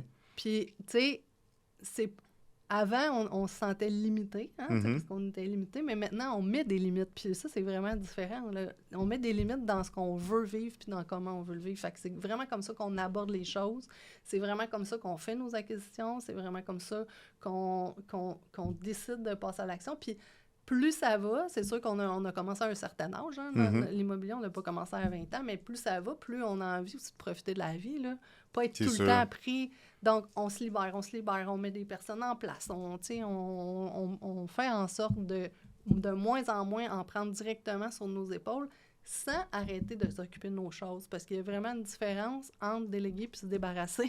Exact. Et nous, on délègue avec une certaine surveillance, mais on se libère du temps, puis on met en place des choses qui nous permettent de travailler de n'importe où dans le monde. C'est vraiment ça notre Nice. notre J'adore. façon de voir les choses. Je trouve que tu es la parfaite personne à répondre à cette question-là. Parce que Vas-y. tu en as vécu. Tu as eu aussi ton breakdown, ta période de dépression. Puis aussi le fait que tu es une coach, business, affaires, etc. Sans vendre le rêve aux gens, parce que tu le sais, comme moi, beaucoup de monde voit l'immobilier comme une porte de sortie, comme justement la ruée vers l'or et tout ça, puis que, OK, à la minute, je fais mes premières acquisitions, je vais pouvoir quitter ma job, sortir du rat race. En combien de temps réel, ben, selon les acquisitions, whatever, mais selon toi, ou le nombre d'acquisitions que quelqu'un peut quitter sa job? Parce que aussi, qu'est-ce que les gens, faut qu'ils comprennent, c'est que pour faire tes acquisitions, tu as besoin de revenus, tu as besoin de réseau d'endettement, tu as besoin d'un certain income qui rentre. Tu sais, oui, tu vas scale avec des partenaires financiers puis tout ça, mais pour tes premiers, tu as besoin de revenus. C'est pas parce que tu en as acheté un, puis ça s'est bien passé, puis tu as créé de la valeur que tu peux tout de suite quitter ta job. Qu'est-ce que tu dirais à ces gens-là? C'est vraiment variable, OK? Parce que ça dépend, d'abord, tu as besoin de combien pour vivre dans ta vie. Tu sais, Aussi. de se questionner là-dessus. Là, qu'est-ce que j'ai vraiment besoin pour vivre au quotidien? Puis en même temps, j'ai-tu le goût d'avoir une vie d'abondance ou me limiter parce que, tu sais, ou je fais un choix, 1 an ou 2, de me limiter pour vivre après une vie d'abondance. Tu sais, c'est vraiment tout ça à regarder, mais si on regarde ça at large, parce que moi, je connais des gens qui ont comme un immeuble puis qu'ils ont quelques trucs à court terme aussi en parallèle, ce qui OK. fait qu'ils ont des revenus Je actifs, comprends.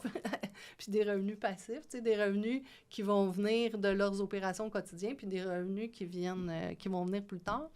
Mais généralement, tu sais, ce que j'ai observé, en tout cas en immobilier, c'est que les vrais roulements, tu sais, se fait entre 5 et 10 ans, là, tu sais, pour... OK. Puis là, ça dépend du nombre. Il y a tellement de variables. Là. C'est Ça sûr. dépend du nombre de portes, ça dépend d'une foule de choses. Là. Mais il ne faut pas penser que c'est parce qu'on fait de l'immobilier demain matin, j'arrête de travailler. Puis, tu sais, il faut organiser les choses en fonction de ce qu'on veut vivre. Mais ce que j'ai envie de rajouter, Vas-y. c'est qu'il y a des solutions des fois où on pense qu'il n'y en a pas. Tu sais, par exemple, moi, quand j'ai fait le choix du jour au lendemain d'arrêter de travailler, là, j'avais une méchante bonne job, là. Un bon revenu, les assurances Ben ouais. à côté. Fait que du jour au lendemain, ça faisait comme un trou, mais là, on s'est dit financièrement, on va faire quoi? Ben j'avais des REER. Puis là, on investissait en immobilier. J'ai dit, ben peut-être que ça serait le moment d'utiliser ça, De décaisser derrière. de décaisser une partie de mes REER, en tout cas, pour me donner un peu de souffle puis passer par en avant. Fait que qu'est-ce qu'il faut faire? Il faut calculer. Ouais. Il faut évaluer, on a Faut besoin se de faire un combien bilan pour vivre. financier. Il faut se faire un bilan financier.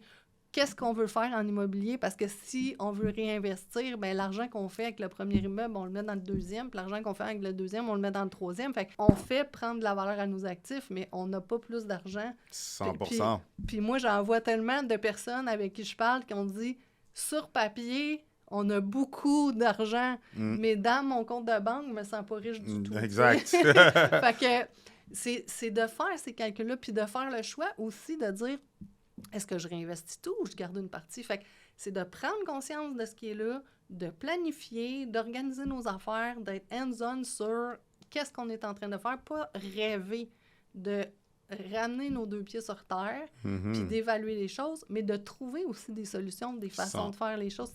Il y en a qui vont trouver toutes sortes de moyens pour avoir à la fois des revenus à long terme, à la fois des revenus à court terme, puis là, ça vient de régler une façon, fait que une partie de leur problématique. Fait que c'est vraiment d'évaluer tout ça, de prendre action, puis d'agir, puis de chercher les possibilités, parce qu'il y en a plein de possibilités. J'adore. Puis là, je sais pas si... je te posais la question si tu l'as mentionné, mais là, vous êtes en date d'aujourd'hui, vous êtes rendu à combien? As-tu un montant en valeur ou en nombre de portes? Bien, on a monté jusqu'à 225 à peu près, mais l'année passée, on a fait le choix de se départir de certains immeubles. On fait, en ce moment, on fait un peu du ménage dans notre parc pour pouvoir garder ceux qui nous apparaissent encore avoir une valeur d'optimisation à faire ou qui rentrent dans notre façon de voir les choses. Tu sais, ceux qu'on a vendus, c'est ceux que je te parlais qu'on avait fait un projet. Fait que pour nous autres, ça faisait du sens. Puis j'ai envie de faire du pouce là-dessus. Là. Je vais revenir sur le nombre de portes, mais quand on vend un immeuble aussi, on essaye, quand on a, en tout cas dans le projet de vendre un immeuble, de laisser de l'optimisation un peu dedans pour que le prochain investisseur, ça soit gagnant-gagnant aussi. Ça fasse du sens pour lui, oui. Parce que surtout aujourd'hui, là, les conditions... Tu sais, entre le moment où on a commencé en 2016 puis aujourd'hui, les conditions du marché ont changé de manière... Drastiquement, ça va faire presque 10 ans. Ça va faire 10 ans, là. Oui. Ça a drastiquement changé. Fait que notre approche avec le temps a évolué aussi, notre façon de faire les choses. Fait qu'aujourd'hui, pour nous, dans notre vision d'optimisation, acheter un immeuble qui s'optimise, tu sais, qui n'a pas d'optimisation, c'est pas dans notre façon de faire les choses. Il y en a pour qui ils veulent acheter un immeuble, avoir la paix, puis la valeur se prend, puis c'est tout. Tu sais, chaque chose est correcte, mais on se dit, quelqu'un qui veut optimiser, bien, il a besoin d'avoir place à l'optimisation. C'est sûr. Quand on a l'intention de vendre, on laisse toujours cette partie-là pour que ça soit intéressant pour l'acheteur, intéressant pour nous aussi, que tout le monde en tout le monde soit gagnant. Oui, à travers ça. J'adore. Fait que ça, c'est très intéressant. Donc, aujourd'hui, on est rendu à un peu plus de 200 portes. Là. Je n'ai pas le chiffre exact, mais autour de ça, à Saint-Jérôme. Puis cette année, on va encore augmenter notre parc d'un nombre X. que je parle pas parce que les projets sont en cours, mais encore parce qu'on est dans une année d'acquisition. Mais tantôt, tu l'as mentionné, puis merci, tu m'as fait rappeler, j'avais cette question-là pour toi, mais pour les gens qui sont en mode croissance grand V, qui veulent vraiment accumuler, c'est quoi le truc pour être en mesure de faire une acquisition par mois? Souvent, j'ai cette question-là par des clients, du monde qui se lance ou du monde qui sont déjà à un certain niveau de porte. Bien, nous, on a dit à tout le monde que c'est ça qu'on voulait faire. On l'a annoncé. Donc, dès que quelqu'un voyait un immeuble à Saint-Jérôme, pensez à nous. Fait que de le dire, d'en parler. L'autre chose, c'est que notre première acquisition, on l'a acquis, on a fait des choses, nos bottines ont suivi nos babines. Fait que là, les gens avaient le goût de réinvestir avec nous. Fait que là, on s'est fait... On a eu des gens autour de nous qui avaient envie de continuer à faire affaire avec nous. S'entourer de bonnes personnes qui vont t'aider à évoluer à travers ce que tu fais. Connaître des gens qui... On s'est fait référer des gens qui voulaient investir.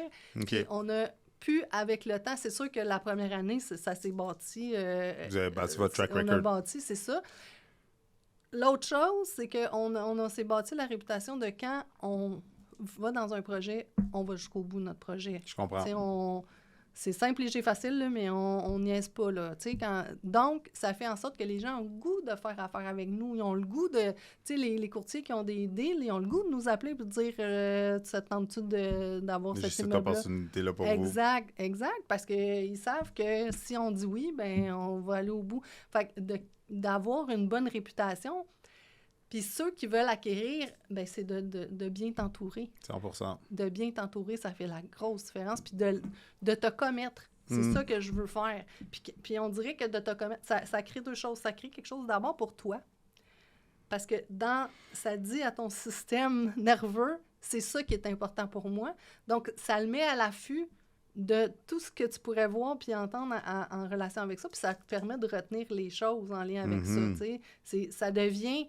Ça fait partie de ton champ de possibilités, puis de ton champ d'intérêt, puis de ton champ des choses qui sont importantes. Fait que ça le crée pour toi. Puis ça crée aussi pour les autres, parce que ça crée comme un mouvement autour de toi que les gens, ils se rappellent que toi, tu veux investir dans Saint-Jérôme, mettons, puis là, les choses viennent à toi comme ça. Fait que ça devient très intéressant ce que ça crée quand on fait ça.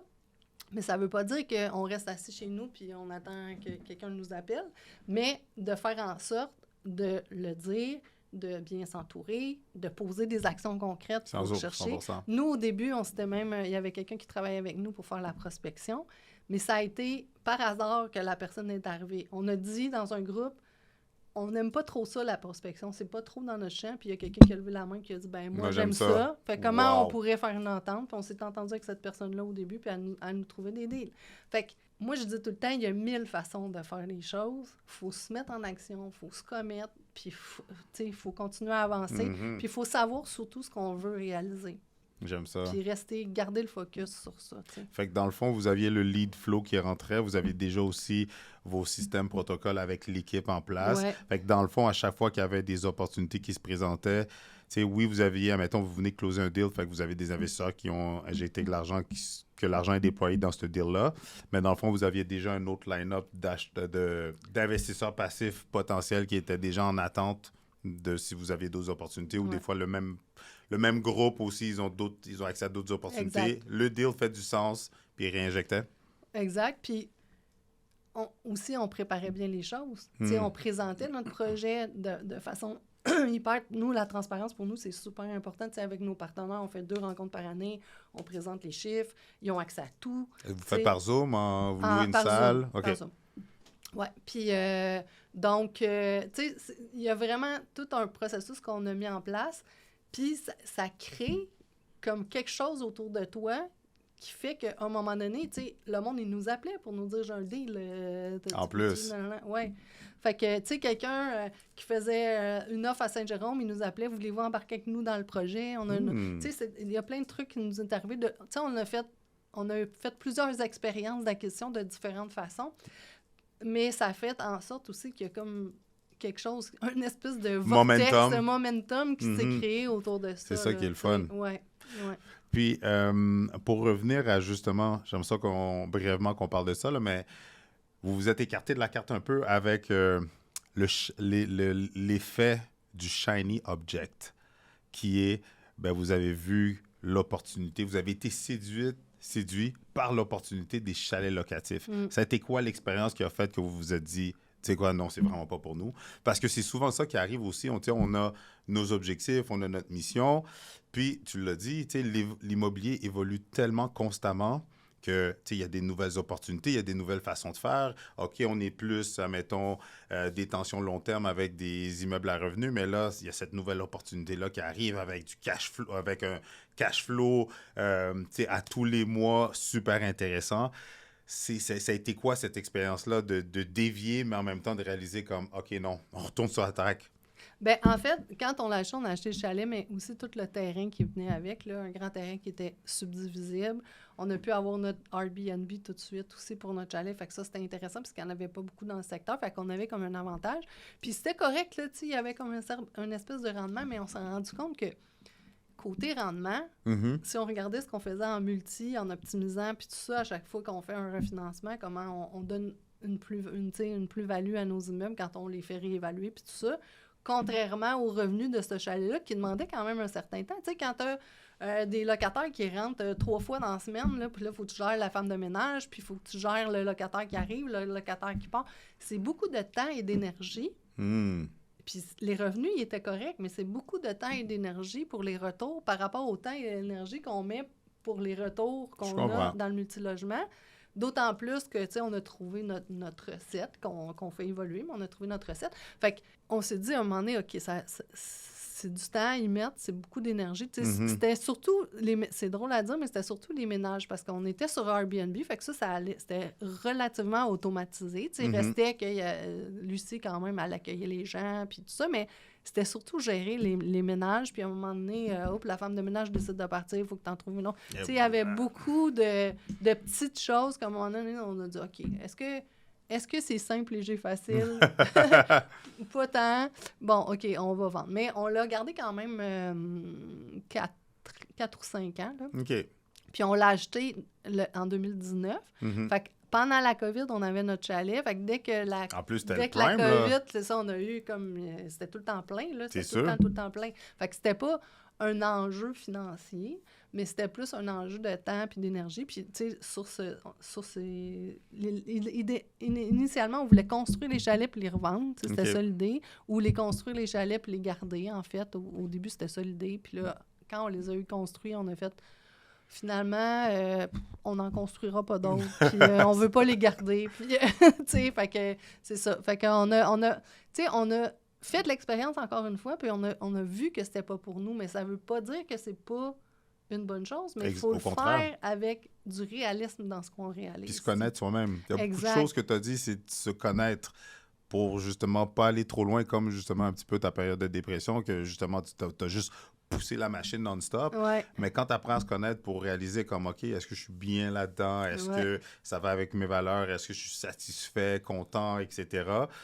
Que si tu t'écoutes pas, ben c'est là que justement, là, ça peut te péter en pleine face. Exact. Puis, tu sais, moi, je connais des gens qui ont, au niveau des chalets, tu sais, qui en ont acquis 4, 5, 6, 7, 8, puis sont super heureux dans ce qu'ils font, tu sais. Fait en plus. Faut vraiment trouver ce qui nous convient. Exact.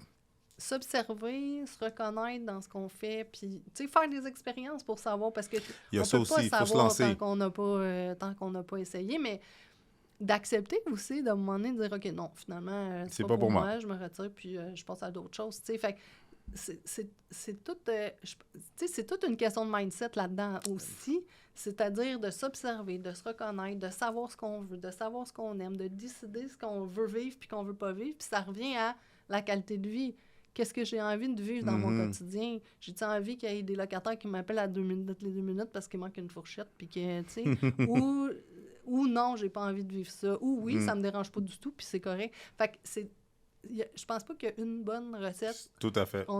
Faut trouver chacun notre recette. Il y a 1000 façons, comme tu as dit. Tu sais, je reviens au coaching, mais c'est vraiment ça, mon approche de coaching, c'est aider l'autre à trouver sa façon de faire les choses, sa façon de voir les choses, sa façon d'aborder les situations, ses solutions qui sont pas toujours les miennes. Puis, tu sais, moi, en tant qu'ingénieur, mon rôle, c'était de dire quoi faire, quand le faire, comment le faire, pourquoi le faire.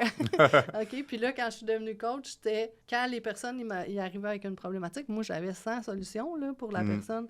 Puis je me suis rendu compte que souvent, c'est la 101e à laquelle je n'avais pas pensé qui était la bonne pour eux. Fait que j'ai vraiment appris à questionner l'autre personne pour qu'elle trouve ses propres réponses, sa propre façon de voir les choses, sa propre façon de faire les choses. Mais l'autre chose, j'ai la certitude qu'il y a toujours plein de solutions qu'on peut trouver. C'est juste que souvent, c'est pas dans notre champ de vision, fait qu'on a l'impression qu'il n'y en a pas. Exact. Fait que c'est d'ouvrir, tu sais. Mais c'est drôle parce que tu as pris la tangente, tu m'as devancé, j'allais t'amener vers ce côté-là du mindset, parce que tu l'as mentionné au début que ça a été, qu'est-ce qui a été transformationnel Oui. pour vous. Oui. Mais parce que aussi, quand on parle de mindset, c'est quand même ésotérique, c'est quand même Ouais. large. Ouais, Ce ouais. serait quoi, mettons, des trucs, des tactiques que les gens peuvent appliquer pour justement se transformer? Oui, tu as le coaching, est-ce que c'est de lire des livres?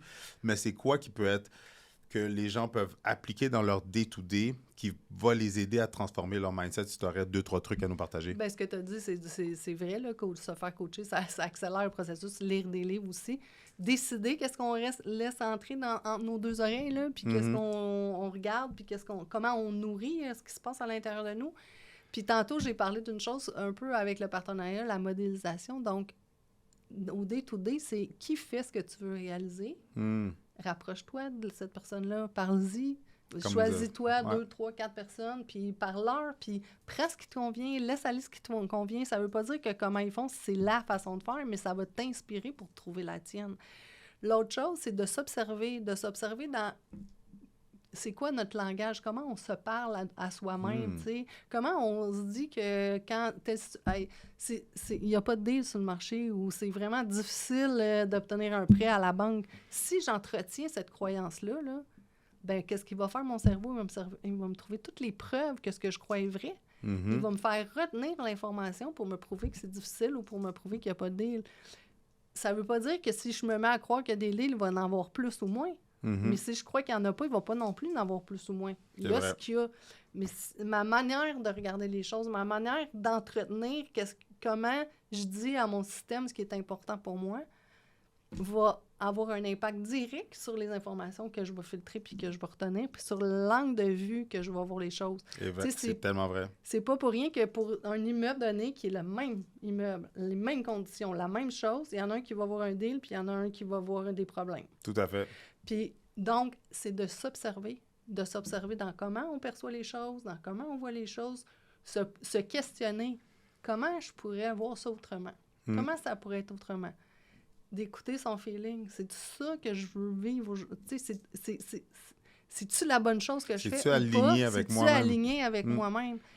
Puis, de vraiment, de plus en plus, peaufiner ce que je veux, amener de la clarté. Amener de la clarté dans ce que je veux. Puis ça, je dis souvent ça, c'est pas parce que tu décides un matin que tu décides d'avoir de la clarté que tu as de la clarté. C'est un processus, ça prend du temps. Tu sais, c'est l'histoire d'une vie quasiment, parce qu'il y a tout le temps des choses à faire évoluer, mais c'est d'être dans cette conscience-là, de vouloir toujours le mieux pour soi, puis de se re-questionner, puis de re-questionner, puis la clarté, elle vient avec le temps.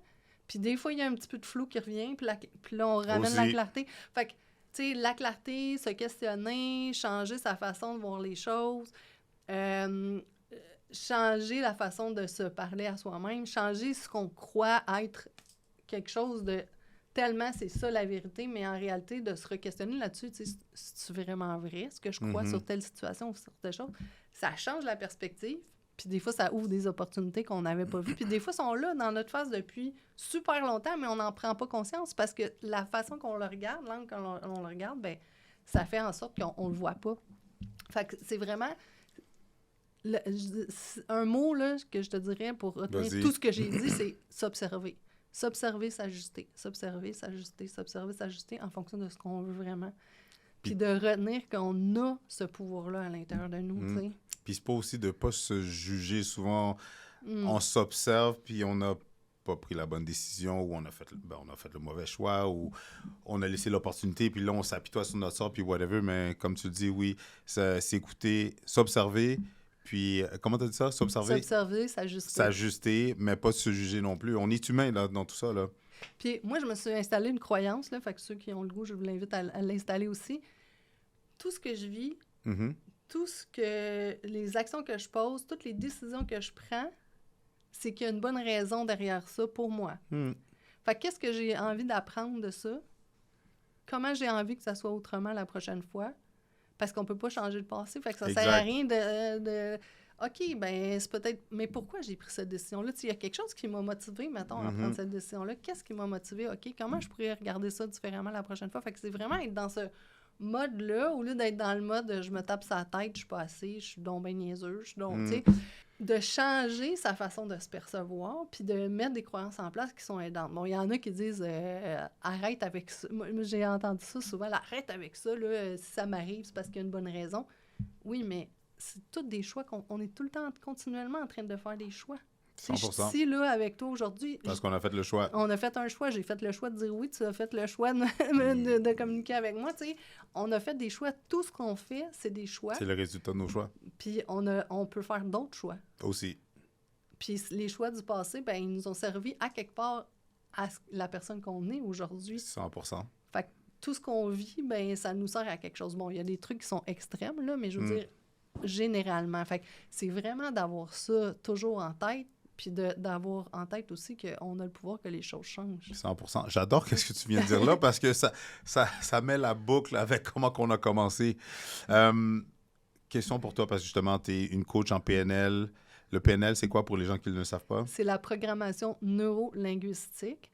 En fait, on utilise à la fois avec ces techniques-là le conscient et l'inconscient pour qu'il y ait comme un alignement intérieur, puisque des fois, consciemment, on veut quelque chose, on a beaucoup de volonté, puis tout ça, mais inconsciemment, il y a quelque chose qui nous retient, mais on n'est pas capable nécessairement de l'identifier. Fait que c'est vraiment une approche, une façon d'aborder les choses. Puis neuro-linguistique, pourquoi? Parce que ce qu'on crée comme expérience, ça crée des chemins neuronaux, donc des habitudes qu'on a. Moi, j'exprime tout le temps ça comme si, quand on a comme une forêt, puis là, on se fait une première route. On apprend à marcher, on se fait la route d'apprendre à marcher. Mais au début, il faut défricher, puis tout ça. Mais réagir à quelqu'un qui te dit telle affaire, si tu fais aussi une route, fait que qu'est-ce que ça va faire, c'est que quand ta route, tu vas l'avoir empruntée souvent, ben tu vas tout le temps réagir de la même façon, même quand c'est plus utile pour toi. Aussi. Fait que là, il faut que tu crées une nouvelle route. Mais tu t'imagines que si j'ai fait une route dans ma forêt, c'est pas parce que j'en crée une nouvelle qu'elle a disparu. Fait qu'il faut laisser le temps que la fraîcheur pogne puis de faire la nouvelle route. Fait que c'est vraiment ça, l'aspect programmation neuro, donc le neuronal. Puis linguistique, ben comment le langage nous affecte. Tu sais, je sais pas si tu as déjà entendu ça, là, mais les gens en communication disent souvent le langage verbal, c'est 30%, puis le reste, c'est non-verbal, paraverbal, etc. Mais le langage qu'on se dit à nous-mêmes, c'est 100%. Là. Ça a un impact majeur. Fait que des fois, juste la façon de se dire les choses, changer les mots qu'on emploie, ça a un impact vraiment grand sur la manière de percevoir les choses. Puis, tu sais, je vais te donner un exemple. On parle souvent de sortir de sa zone de confort pour que tu puisses passer à autre chose que ton chemin d'habitude, là, ton chemin neuronal. Donc, quand tu sors, ben, tu en crées un nouveau. Mais moi, là, j'aime le confort. Sortir de ma zone de confort, mon système fait comme... Mais si je change le mot, je dis agrandir ma zone de confort. Ouais. Ça, là, tu restes dans ta zone, c'est juste que tu l'élargis. Tu l'élargis, tu la rends plus grand. Fait que pour moi, c'est un mot, là, tu sais, ça a l'air insignifiant quasiment, mais ça fait une grande différence. Fait que de trouver les mots qui nous conviennent pour pouvoir se faire avancer à travers ça. Fait que, tu sais, programmation neuro-linguistique, donc comment on peut changer tous ces aspects-là à travers le langage, à travers comment on perçoit les choses. C'est vraiment une prise de conscience des perceptions à l'extérieur de nous, mais des perceptions de nous-mêmes. Il y a beaucoup de choses aussi en lien avec l'identité, comment on se définit, comment on se croit capable de faire quelque chose, comment on s'estime à travers ça. Puis ça, c'est tout dans notre inconscient, là, parce qu'on n'est pas à chaque matin à dire comment je m'estime, qu'est-ce que je crois sur moi. Je veux dire, oui, on peut le faire, mais généralement, on vit notre vie puis on fait qu'est-ce qu'on a à faire. Puis j'ai appelé mon entreprise « Ose être » pour être avant de faire. C'est-à-dire revenir à ça, choisir qui je veux être, comment je veux vivre ma vie, qu'est-ce que je veux mettre en place, puis après ça, poser des actions qui font du sens avec qui je suis. Et non pas juste agir parce que quelqu'un m'a dit que c'était mieux de faire ça à droite ou à gauche. Ce qu'on va faire naturellement, parce qu'on voit qu'il y a plein de personnes qui ont fait ça, donc ça semble faire du sens. Puis ça veut pas dire que ça en fait pas, mais est-ce que ça fait du sens pour moi? Donc, ramener les choses à soi, se choisir en premier, tu sais, se mettre se faire passer en premier pour être encore plus efficace dans ce qu'on veut réaliser.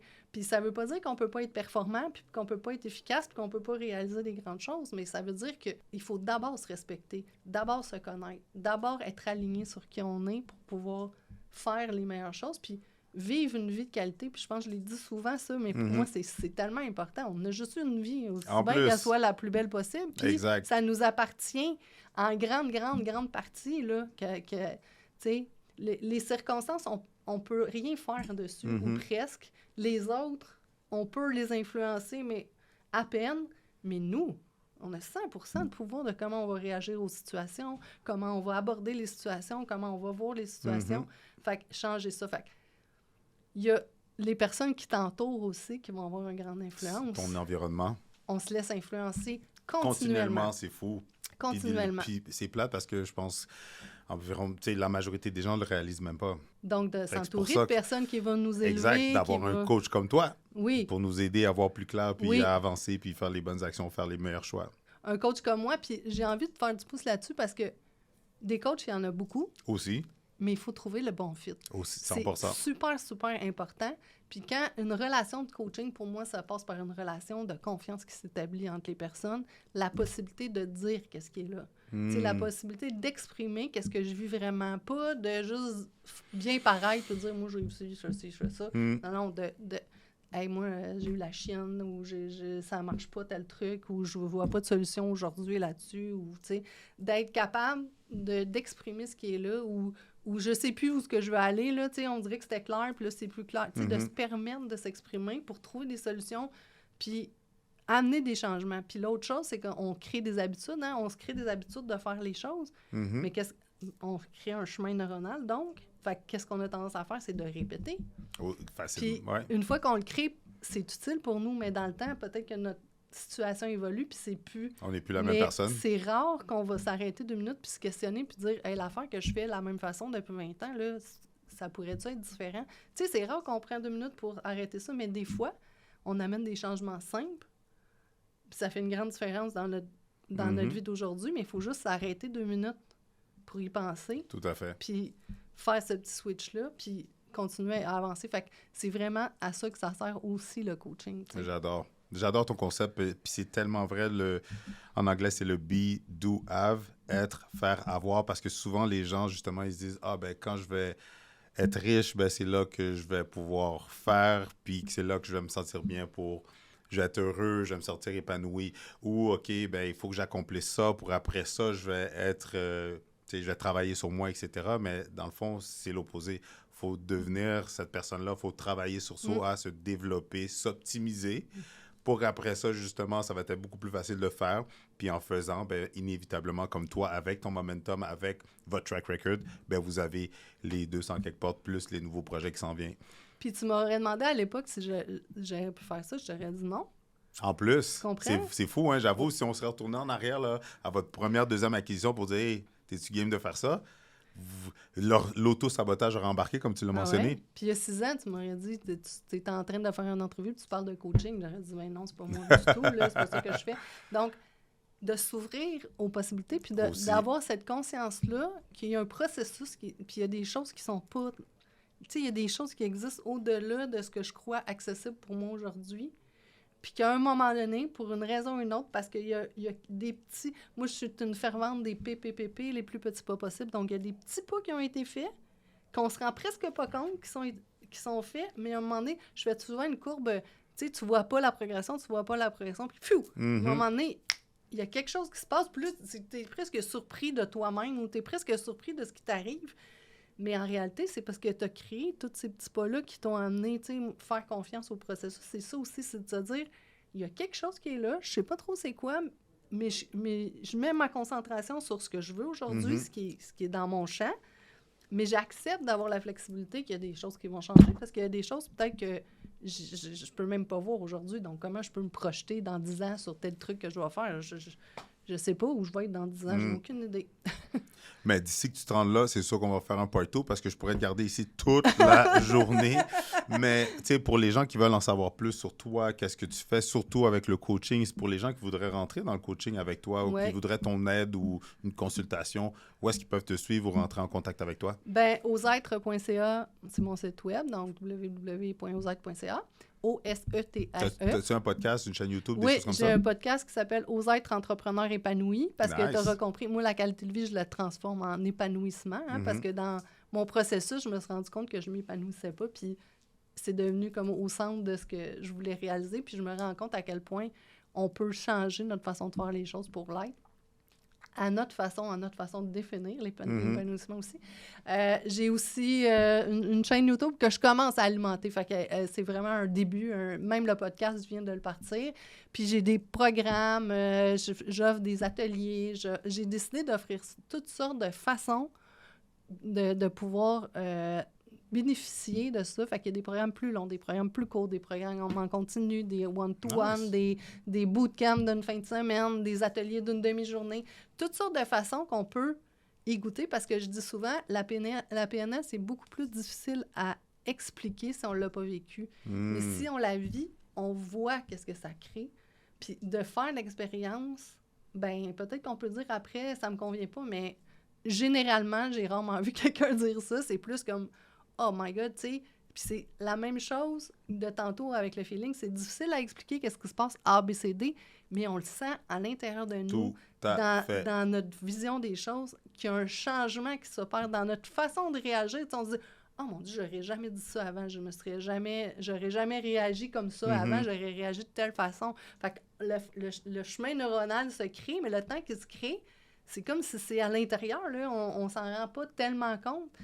Puis là, à un moment donné, clac, on se rend compte que, oups, on a réagi différemment, on se sent différemment par rapport à une situation. Fait que bref, puis de temps en temps, je donne des conférences aussi, j'aime ça. Fait que, tu sais, tout est sur mon site web. Fait que si je veux organiser un événement où est-ce que je remplis la salle, puis toi, tu viens coacher, former, nous faire de la PNL pour nous transformer, nous permettre de devenir des meilleurs investisseurs, t'es partante? Yes, 100%. Et Stéphanie, un gros merci pour ton temps. Toi. Merci pour ton partage, pour ton authenticité. Puis surtout, belle continuation. Puis j'ai déjà hâte au part 2. Merci à toi de m'avoir reçu. Ça fait plaisir. Merci. Boum, boum, boum. Comment vous avez trouvé Stéphanie Dontini? Sincèrement, je la connaissais pas, comme je l'ai mentionné au tout début, mais son track record, ses accomplissements sont impressionnants. J'adore que c'est pas comme si elle essaie de prendre tout le côté vedette de c'est moi, j'ai fait ci, j'ai fait ça. Non, avec toute humilité, regarde, c'était moi et mon conjoint, ça n'a pas fonctionné, on s'auto-sabotait et là, on a trouvé des partenaires qui le faisaient déjà à un autre niveau, puis on a trouvé une opportunité, puis on s'est mis en partenariat avec eux. Puis à partir de là, boum, boum, boum, ils ont juste scale, grossi. Et c'est incroyable, c'est phénoménal. Fait puis comme que je le dis tout le temps, s'ils sont capables, je suis capable, nous sommes capables, vous êtes capables, nous sommes tous capables. Alors qu'attendez-vous? Est-ce que vous allez continuer de vous auto-saboter? Est-ce que vous allez continuer de procrastiner? Est-ce que vous allez repousser, retarder? Ou vous allez vous lancer dans le vide? Oui, ça va faire peur. Oui, vous allez avoir du stress, de l'anxiété. Mais par contre, vous allez bâtir votre avion pendant la descente pour que, inévitablement, vous allez pouvoir prendre votre envol, avoir le contrôle de votre vie, atteindre la liberté financière et pouvoir accomplir de grandes choses. Regardez, c'est la preuve vivante. En plus, elle fait du coaching. C'est pas juste une investisseur qui nous parle de son parcours, qui nous parle de ses accomplissements. Au contraire, elle est rendue à un certain niveau où est-ce qu'elle coach, où est-ce qu'elle forme, où est-ce qu'elle peut vous aider à vous transformer et à devenir la meilleure version de vous-même. Regardez, dites-moi dans les commentaires comment vous avez trouvé la vidéo avec Stéphanie. De 1. De 2, vous savez quoi? Si vous avez aimé ce contenu-là, si vous avez aimé son parcours, son track record, ses aventures, son histoire, si vous avez aimé l'échange, vous savez quoi? Écrivez dans les commentaires #PNL. Oui, écrivez #PNL. Comme ça, de cette manière-là, Je veux savoir que vous avez aimé, mais non seulement, vous savez quoi?